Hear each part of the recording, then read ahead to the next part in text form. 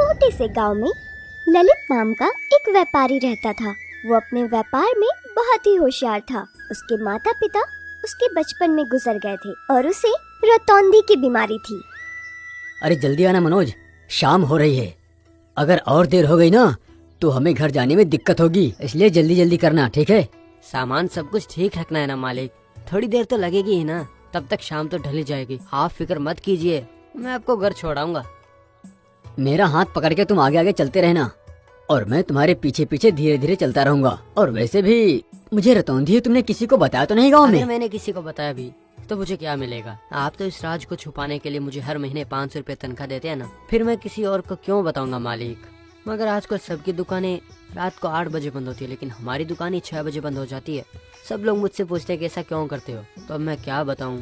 आप बताइए ना मालिक, मैं उन्हें क्या बोलूं? तुम उनसे कहना कि 6 बजे के बाद में हमारी तरक्की नहीं होती है, समझे? और कुछ मत बताना। वो दोनों दुकान बंद करके अपने घर की ओर चले जाते हैं। मनोज रास्ते में उससे कहता है, मालिक आगे एक खड्डा है, थोड़ा बाईं तरफ चलिए, आप आगे दाईं तरफ मुड़ जाइए और 10 कदम चलेंगे तो घर आ जाएगा मालिक। हाँ, हम घर पहुंच गए हैं। वो लोग घर पहुंच जाते हैं।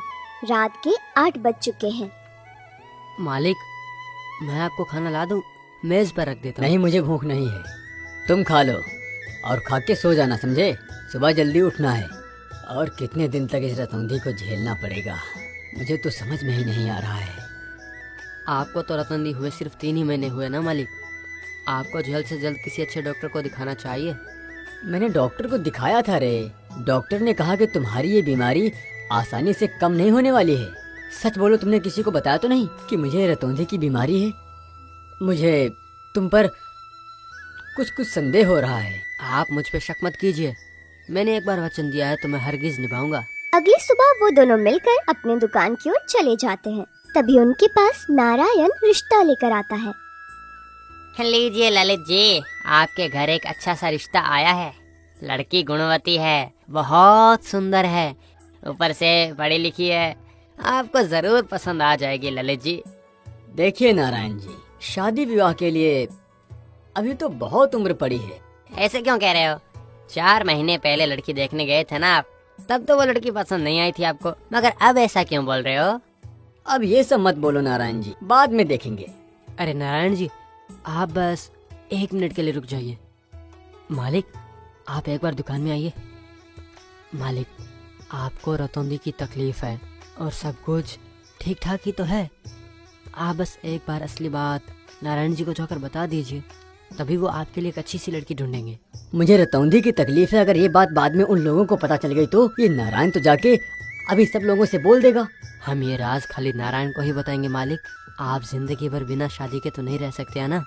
मुझे भी शादी करने की इच्छा है रे, मगर क्या करूं? ये रतौंधी तो बड़ी आपत्ति बनी जा रही है। अगर बाद में लोगों को पता चली तो इज्जत का कचरा हो जाएगा। आप कुछ भी मत कहिए मालिक, आप ऐसे भी लड़की से शादी कर सकते हैं। अगर लड़की को आप पसंद आ गए तो वो जरूर हाँ करेगी।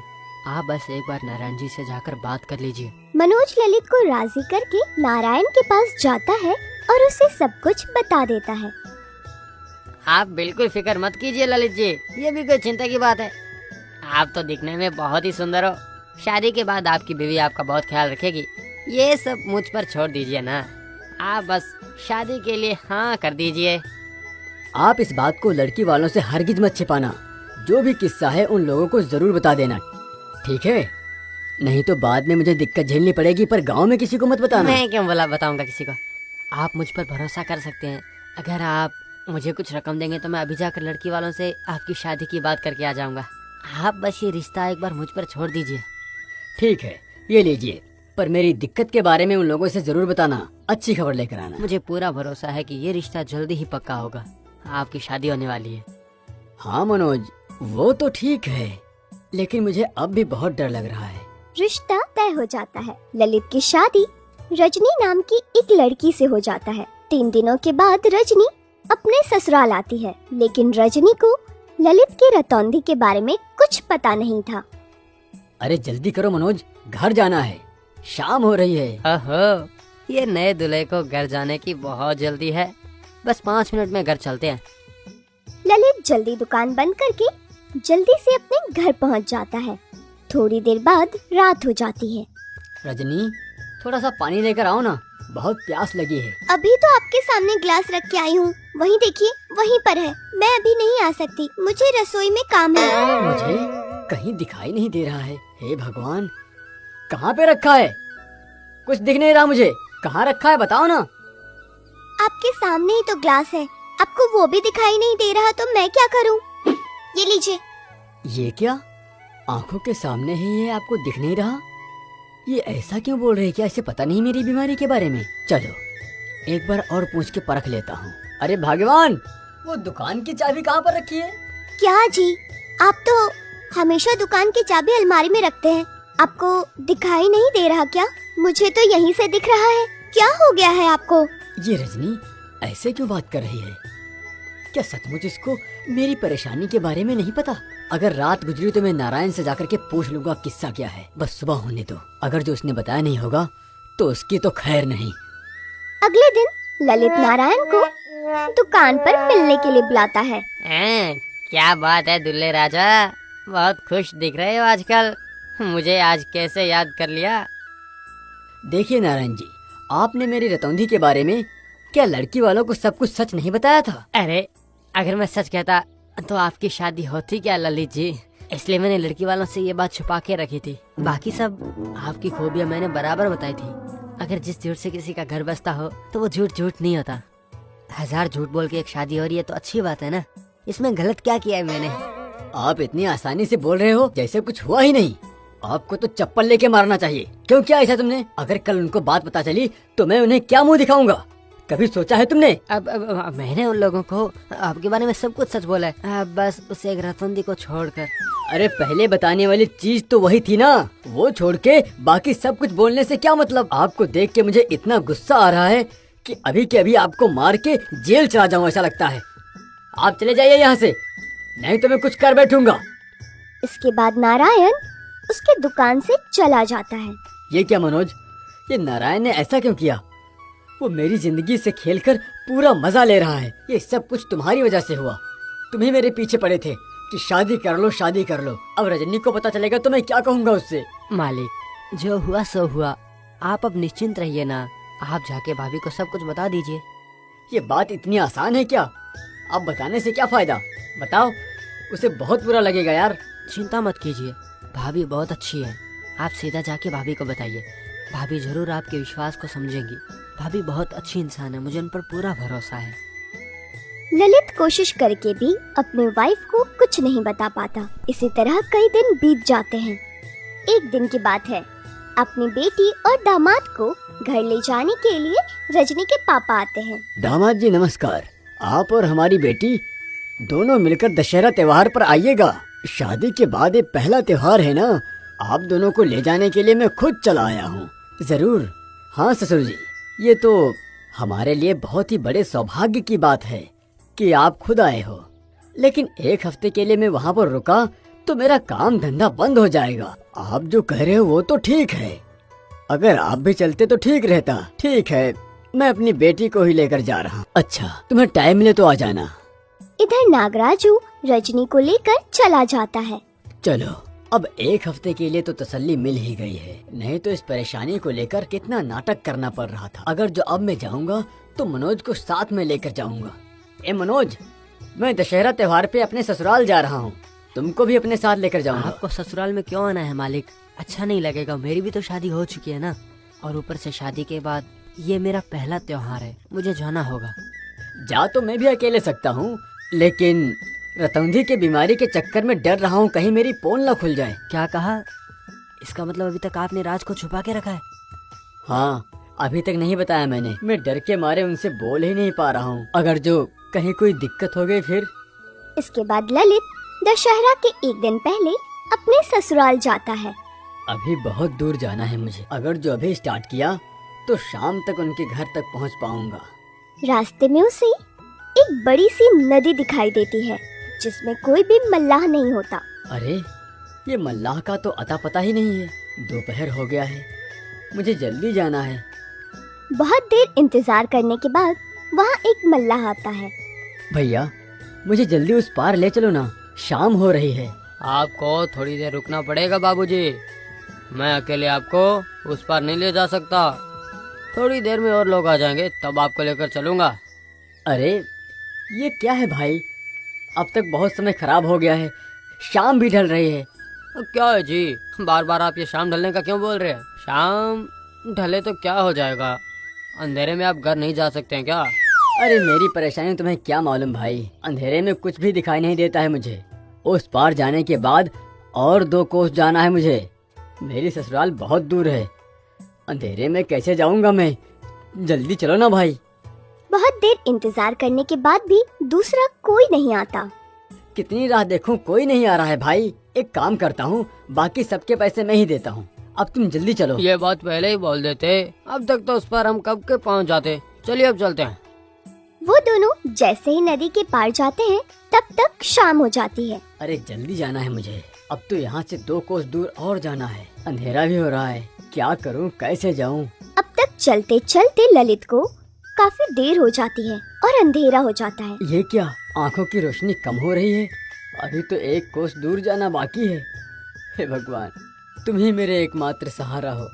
कुछ भी नहीं दिखाई दे रहा, कुछ बकरियों की आवाज आ रही है, शायद बकरियां उसी गांव में जा रही हैं। इनकी आवाज सुनते सुनते इनका पीछा करता हूँ और गांव में पहुँच जाऊंगा। तभी कुछ बकरी खाने की तलाश में एक पेड़ के पीछे झाड़ी में जाते हैं। ललित उसकी आवाज सुनकर उसके पीछे चला जाता है और कांटे की झाड़ी में गिर जाता है। अरे बाप रे, ये कटीले पौधे कहाँ से आ गए? हे भगवान, कैसी मुसीबत में पड़ गया हूँ। त्योहार मेरे लिए जहन्नुम बन गया। अगर नारायण से मिला तो उसका गला दबा के मारूंगा मैं, उसी के चक्कर में मेरी ये हालत हुई है। वो ये सब सोचते हुए वहाँ से निकलने की कोशिश करता है। तभी उसे कोई व्यक्ति मिलता है। अरे भाई, कौन हो आप? इतने साफ सुथरे रास्ते को छोड़कर उस कंटीले पौधे में क्या कर रहे हो? हाँ, अरे कुछ नहीं भाई, यहाँ मेरे कुछ पैसे गिर गए हैं, उन्हीं को ढूंढ रहा हूँ। अरे इन पौधों से बाहर निकलने के लिए मुझे अपना हाथ दो ना, अकेले सफर काटना कितना मुश्किल लगता है। क्या हम दोनों साथ में चलें? हाँ बिल्कुल चलेंगे। वैसे आप रंगापुर किसके घर जा रहे हैं? मैं नागराज साहब के घर जा रहा हूँ, मैं उनका दामाद हूँ, उनके घर मेरी शादी हुई है। ओहो, ये तो बड़े सौभाग्य की बात है। हम अपने दामाद से मिले रास्ते में, वो मेरा रिश्तेदार है, मैं आपकी शादी में भी आया था। अरे मुझे भी ऐसा ही लग रहा है कि मैंने आपको कहीं देखा था। चलो अच्छा ही हुआ कि अपने रिश्तेदार से मिलकर। हाँ ठीक है दामाद जी, मेरा घर आ गया है, आप यहाँ से उस तरफ जाइए, आपका ससुराल वहाँ है। ठीक है, वैसे आपको बहुत शुक्रिया, अब मैं यहाँ से चला जाऊंगा। हे भगवान, यहाँ तक तो मैं आ गया, अब अपने ससुराल तक कैसे जाऊँ? यहाँ पर कोई है भी नहीं जिसके पीछे पीछे चला जाऊँ। वो चलते चलते कीचड़ के एक गड्ढे में गिर जाता है। वो वहाँ से निकलने की कोशिश करता है। तभी नागराजू वहाँ आता है। अरे दामाद जी, ये क्या, आप यहाँ कीचड़ में क्या कर रहे हैं? चलो जल्दी बाहर आ जाओ, हाथ दो अपना, मैं निकालता हूँ। वो ललित को उस कीचड़ के गड्ढे से बाहर निकालता है। अरे कुछ नहीं ससुर जी, एक छोटा सा पिल्ला गिर गया था तो मैं उसे बाहर निकालने के लिए अंदर चला गया था, इसी से गिर गया। चलो चलते हैं। अरे वाह दामाद जी, एक पिल्ले को निकालने के लिए आप कीचड़ में उतर गए, हमारी बेटी भाग्यशाली है। दोनों घर पहुँच जाते हैं। उस कीचड़ से आपके कपड़े खराब हो गए हैं, पहले नहा के साफ कर लो, उसके बाद में हम बात करते हैं। रजनी, देखो तुम्हारा पति आया है। अरे पिल्ले के चक्कर में कीचड़ में गिर गया था। अरे कुत्ते को बचाने के चक्कर में आप गंदे हो गए। अच्छा जाइए, जाकर नहा लीजिए। अरे हे भाग्यवान, मुझे इस हालत में छोड़कर कहाँ जा रही हो? मैं नहाने के बाद में तुम्हारे साथ ही खाना खाऊंगा। कितने दिन हो गए हैं तुम्हें देखे हुए। आपको मुझसे कितना प्यार है। ठीक है, आप नहाइए, मैं यहीं पर हूँ। नहाने के बाद वो अंदर जाकर बैठता है और टेबल पर बैठकर मजे से खाना खाता है। सुनिए जी, आपको गुलाब जामुन बहुत पसंद है ना? माँ ने आपके लिए गुलाब जामुन बनाए हैं। ठीक है, यहीं सामने रखा है, आप खा लीजिएगा। मैं अभी आ रही हूँ, आप यहीं पर रहिएगा। अरे यार क्या भाग्य है, एक तो ये परीक्षा है, वैसे मुझे तो गुलाब जामुन पसंद है। अब क्या भाग्य है, एक तो ये परीक्षा, मुझे तो गुलाब जामुन पसंद है। ललित वहीं पर गुलाब जामुन को ढूंढने लगता है। ना मिलने पर वो थक हार जाता है और अपने कमरे में चला जाता है। रजनी, रजनी, लगता है अभी तक आई नहीं है। चलो ठीक है, पलंग पे लेट जाता हूँ। क्या बात है, आपने गुलाब जामुन भी नहीं खाया? माँ ने इतने प्यार से आपके लिए गुलाब जामुन बनाए, लेकिन आपने तो खाया भी नहीं। माँ ने उसमें शुद्ध घी भी डाला था। अरे वैसी बात नहीं है, मैंने अभी भी खाया था। थोड़ी देर बाद में फिर खा लूंगा, उसमें क्या बात है? तुम इतना परेशान क्यों हो रही हो? ठीक है, 2-4 दिनों के लिए मनोज तो दुकान संभाल सकता है। आपको तो उस पर बहुत ज्यादा विश्वास है। उसके बारे में मत सोचो तुम, वो बहुत भरोसे वाला आदमी है, उसके ऊपर तो मुझे बहुत विश्वास है। थोड़ी देर के बाद रजनी सो जाती है, लेकिन ललित के दिमाग में शुद्ध घी में बने गुलाब जामुन घूमते हैं। अरे गुलाब जामुन मुझे पसंद है ना, खाए हुए बहुत दिन हो गए हैं। अब तो घर में सब सो ही गए होंगे। गुलाब जामुन कहाँ रखे, चलो देखता हूँ। अरे भूख भी लग गई बहुत तेज मुझे। गुलाब जामुन कहाँ पे रखे हैं, ढूंढ के खा लेता हूँ। वहाँ ललित गुलाब जामुन को ढूंढता है, लेकिन उसके हाथ से प्लेट नीचे गिर जाती है और वो टूट जाती है। उसकी आवाज से नागराजू जग जाता है। क्या बात है दामाद जी, यहाँ पर क्या कर रहे हो? कुछ नहीं, पानी चाहिए था, मुझे थोड़ी प्यास लगी थी। लेकिन बेटी रजनी पानी को लेकर तो आई थी ना, क्या देखा नहीं था आपने? नहीं ससुर जी, ऐसी कोई बात नहीं है, मैं अंदर जा ही रहा हूँ, वही पी लूंगा। ललित वापस जाकर अपने बिस्तर पर लेट गया, लेकिन उसके मन में गुलाब जामुन चल रहा था। आज तो कैसे भी गुलाब जामुन खा के रहना है। रसोई में रखे होंगे, जाकर देखता हूँ। लेकिन बाहर तो ठंडी हवा चल रही है, एक काम करता हूँ, चद्दर ओढ़ के जाता हूँ यहाँ से। हाँ, कोई पहचान भी नहीं पाएगा। ललित एक चादर ओढ़कर रसोई में गुलाब जामुन लेने जाता है। उसके हाथ से चोट लगकर बर्तन नीचे गिर जाती है। उसकी आवाज सुनकर घर के सभी लोग रसोई में आ जाते हैं। चोर चोर चोर चोर! ऐसा कहकर नागराज भी अपने दामाद को डंडे से मारता है। तभी ललित चादर हटाता है। अरे दामाद जी, आप ये क्या? हमारे ही घर में चोरी करने पर तुले हो क्या? अरे आप तो एक डाकू लग रहे हो। ऐसे क्यों बोल रहे हो ससुर जी? मैं कोई डाकू वाकू नहीं हूँ। इसके बाद ललित उन्हें सारी बातें बता देता है और नारायण की असलियत के बारे में भी सब कुछ बता देता है उन्हें। ओहो, मुझे तो जब आप कीचड़ में गिरे हुए मिले थे ना, उसी समय शक हो गया था। इसमें आपका कोई दोष नहीं है जी, सारा दोष तो उस दुष्ट नारायण का है। ठीक है, जाने दीजिए, रहने दीजिए इन सारी बातों को। मुझे तो खुशी है जी कि आप इतने अच्छे इंसान हो, इसलिए मुझे कोई दिक्कत नहीं है। बोलना तो मैं चाहता था, लेकिन मैं डर गया था कि कहीं तुम मुझे गलत ना समझ लो, बस इसीलिए। अगर आपने मुझे पहले सब बता दिया होता तो फिर आपको इतनी तकलीफ नहीं झेलनी पड़ती। अब जो हो गया सो हो गया, जाने दीजिए, रहने दीजिए इन सब बातों को। इस सच को जानने के बाद रजनी अपने पति का पूरा ख्याल रखने लगी। तब से